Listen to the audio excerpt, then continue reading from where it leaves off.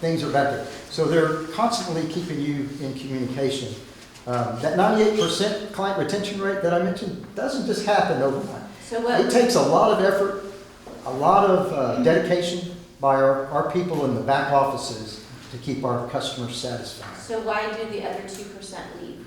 Like, what is You their know, reasoning? what's part of that 2% is renewals, because we're actually finishing a contract, starting a new one, so it's captured as a new. Internally, it looks like we lost a customer, but we But you really didn't. didn't.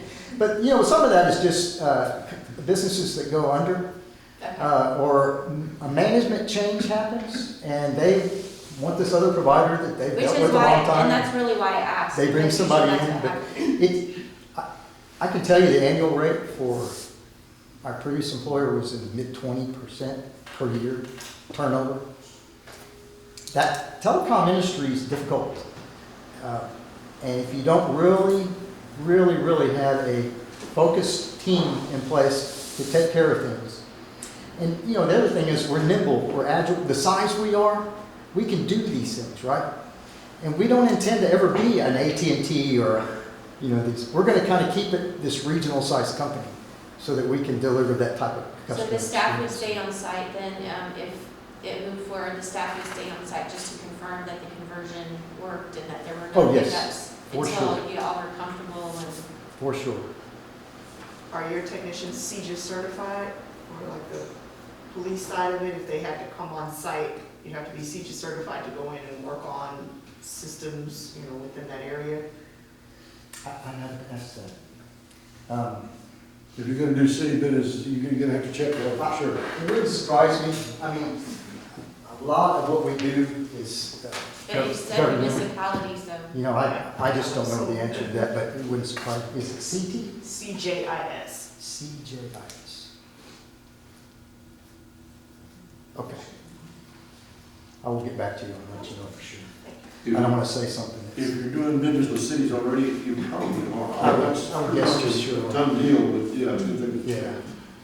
So, and what I'm concerned with is the lag time for the emergency services. What, fire. To change EMS, over? Police, you know, what, that can't be done in a series because, well, I guess it could. I'm just trying to say that I don't want some dead space in there, or the least amount that we can get. Right.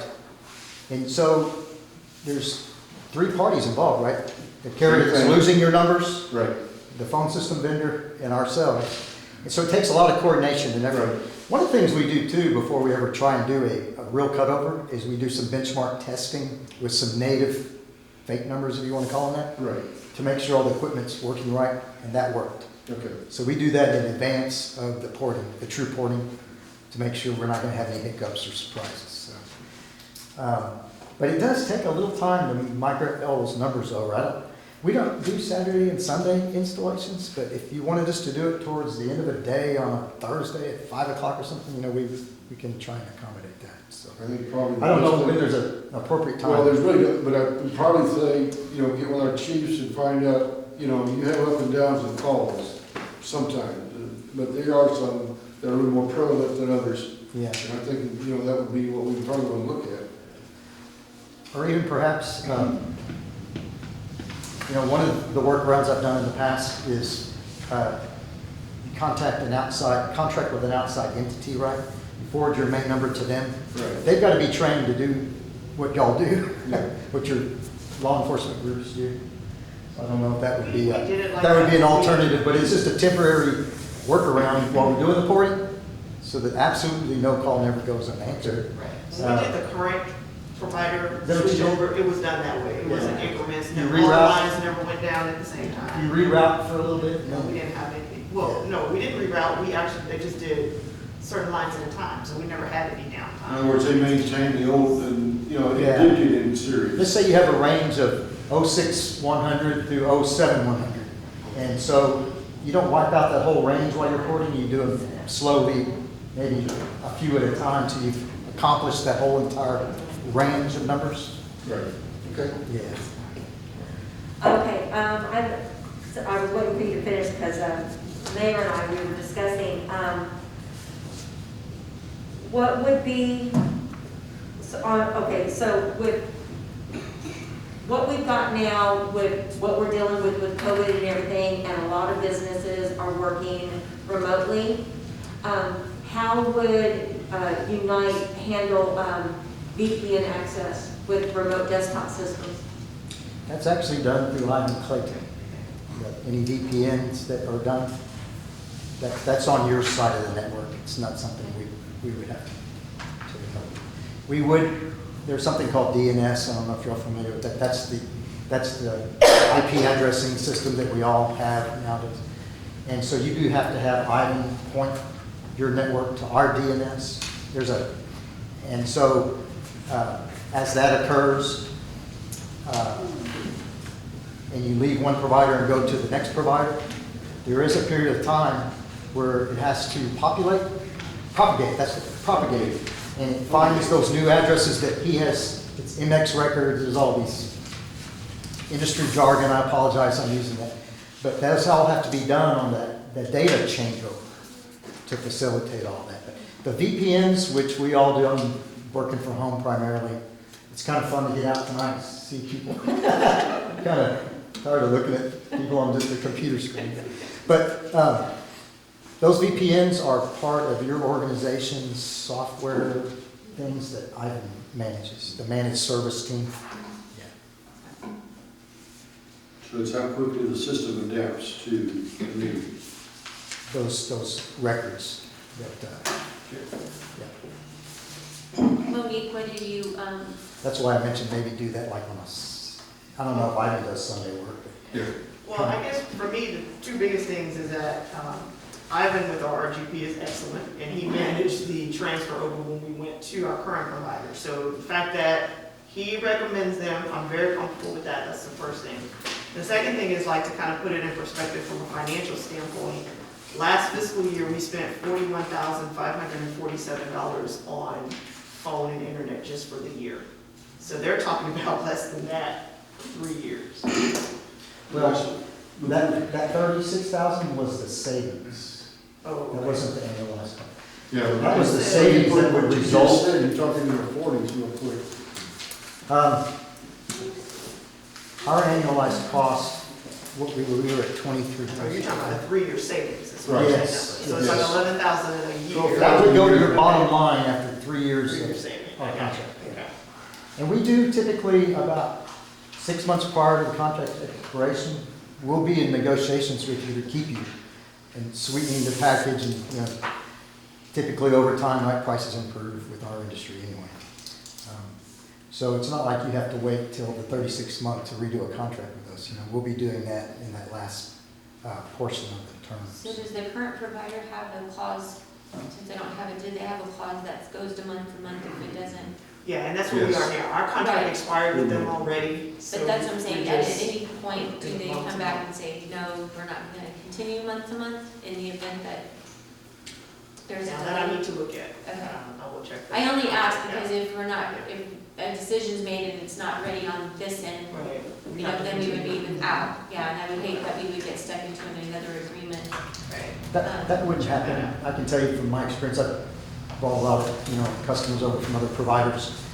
What happens is you don't give them notice 4 months out that you're going to be exiting. As we get closer to finishing our project and telling you, getting able to firm up a date we can do a changeover, that's when you want to give that 30-day written notice that you're going to be leaving, and it will be driven by the porting date of your new provider. They will never cut you. They will never stop the service intentionally. What I have seen happen is when you go month to month, right now you're probably keeping the same contract prices you had. But sometimes when you give them that notice, they will try, that last month, they'll take you to full open rate. I've seen some dirty things done like that a couple of times, not very much.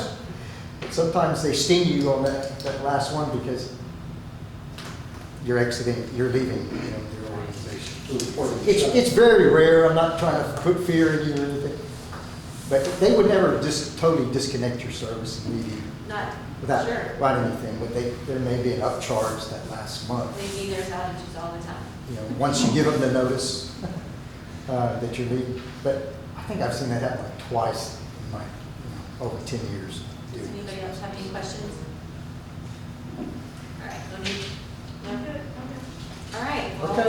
then. Well, I have next steps, anything else on there, so I think we covered a lot of ground, I appreciate it. I have a couple of follow-ups that I'm gonna find out about CGIS and then the contingency that you were inquiring about, to see if there's something we can do. And then after Um, the meeting, if council has any other questions, just submit them to Monique and she can get in contact with Unite Sure. and get those answered. All right. All right. Thanks, you very everybody. much. Thank you. Thank you, sir. Have a good Glad evening. you got to see people, Yes, it was fun. not looking like the Brady Bunch. It was fun.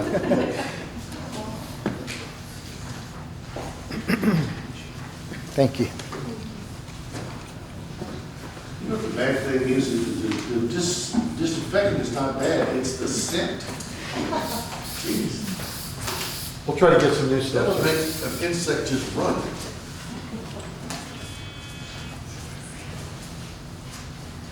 All right, we will move to item 9H, discussion of possible action on crime control and prevention district fiscal year 2020-2021 budget amendment. I don't know, are you going to take it? All right, so Stephanie Faulkner will address this item as for the crime control. As Vice President. Mayor, Council, I had this long 30-minute presentation planned, but it is 5 minutes after my bedtime, so here's the short of it. Budget planning.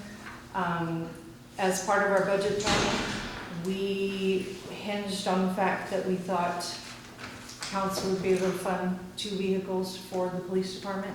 And so we initially set aside $45,000 to equip those vehicles with graphics and the equipment and all that stuff, and I can't speak to it because that's not my department. So when City Council voted to cut those from the capital outlay, then we had to go back and rework what our plan was. And so we are now asking for, we are now changing it from 45,000 to 55,000 so that we can go ahead as the board and purchase that vehicle. So the cost of that vehicle from Jordan Ford is approximately 38,000. And so the difference between the 38,000 and the Correct. 55